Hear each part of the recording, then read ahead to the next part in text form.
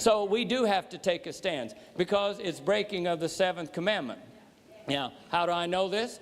Because, again, I watch you on Facebook. Now I'm going to give you a couple of statistics here.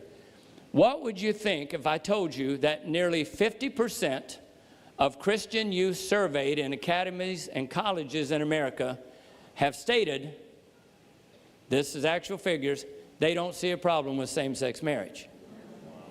Now, I might be ashamed to tell you which church this survey was taken, so I'm not going to. What if I told you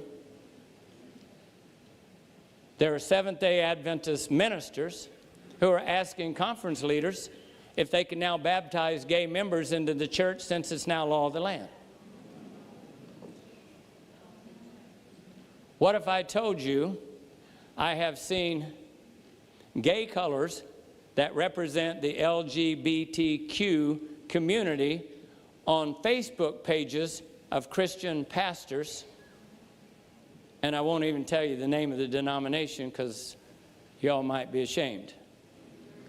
What if I told you that I've seen a video of a Christian church that invited a gay club choir to come and put on their Christmas program at their church, and gave them all kinds, the pastor gave them all kinds of accolades, but I'm not even going to tell you what kind of church or what denomination it was because I think you'd all be ashamed. I'm not going to tell you that, right? What if I told you that I've seen interviews of Christian pastors who are coming out of the closet, as they say, embracing their gayness? Now, you can live in a bubble if you want to and say, well, this doesn't affect our church. You can do that if you want to, but let me tell you something.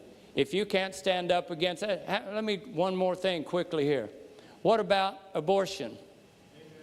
When have you heard a sermon lately, and from your church and from our church leaders and pastors and members, about abortion?